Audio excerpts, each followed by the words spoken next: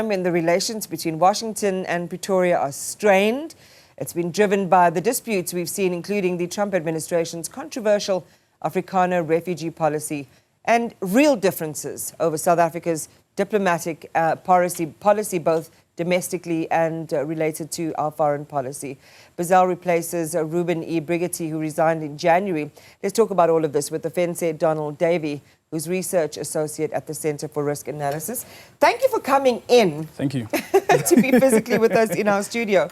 So Brent Bozel comes in, Ofentse, with some front-loaded views already. We know this. And it's interesting because, it doesn't matter where anyone comes from. In their diplomatic position, there should always be that room to be able to have a conversation or to be able to debate issues. But he has got some really what is labeled as right-wing perspectives and views on things.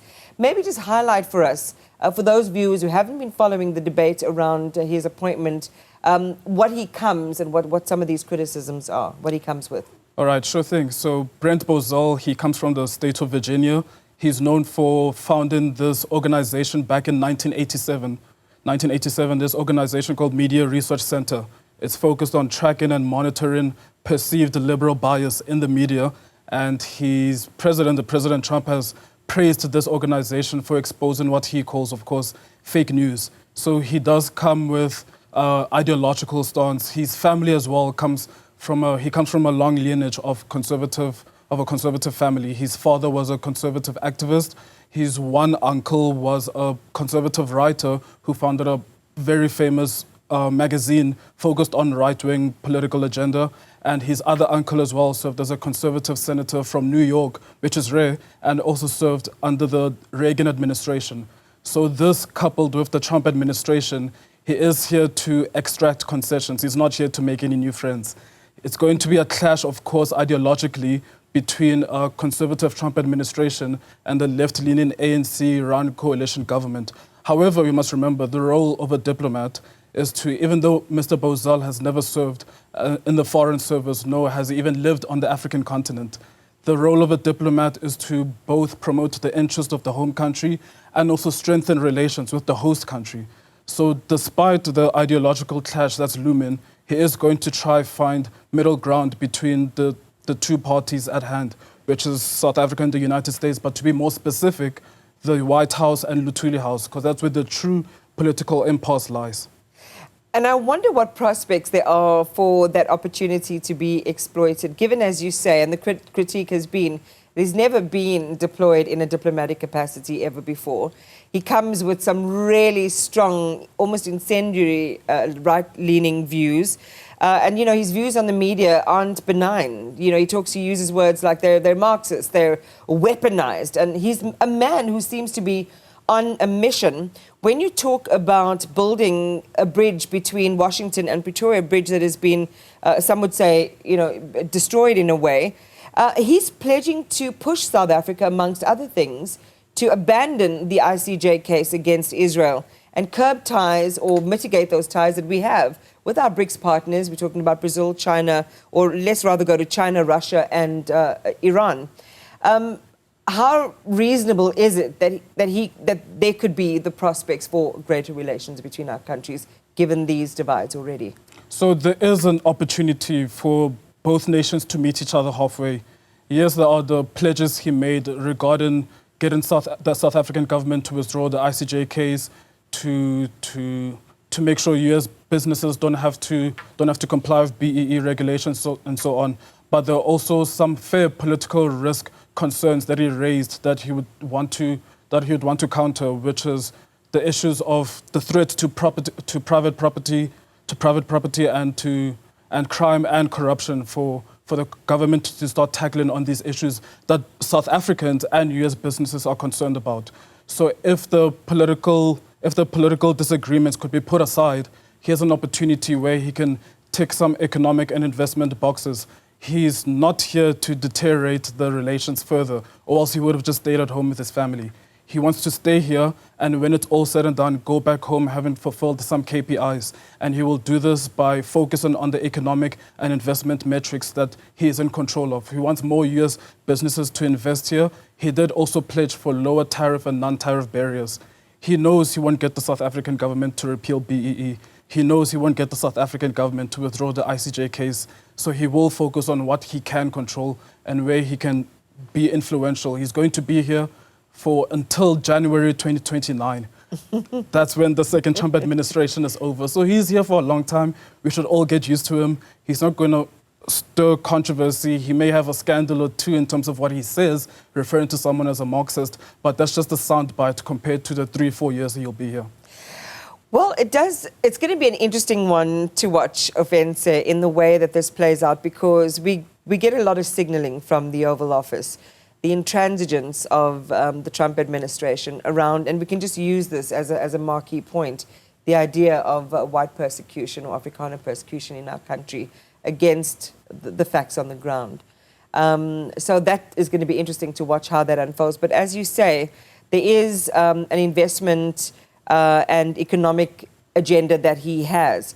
From a risk perspective, how damaging are the combined signals that we've already seen in the space of higher U.S. tariffs, seen the aid suspensions, the hostile rhetoric around South Africa's growth prospects for 2026 and beyond? They have not been as dire as perceived. So the introduction of the 30% tariff on the 7th of August, that's when they officially kicked in. That's when the hard hit actually came in. But the South African economy has been able to sustain.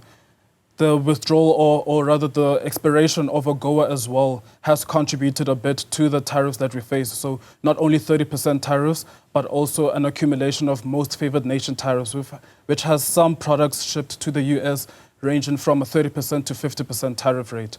However, this has not hit the economy hard at all. And the South African government, to its credit, has been focusing on diversifying the export markets, trying to send some of our goods into mostly the Asian market, and thus we have seen the benefits of this. GDP is ticking up, even though slowly, it's still happening surely.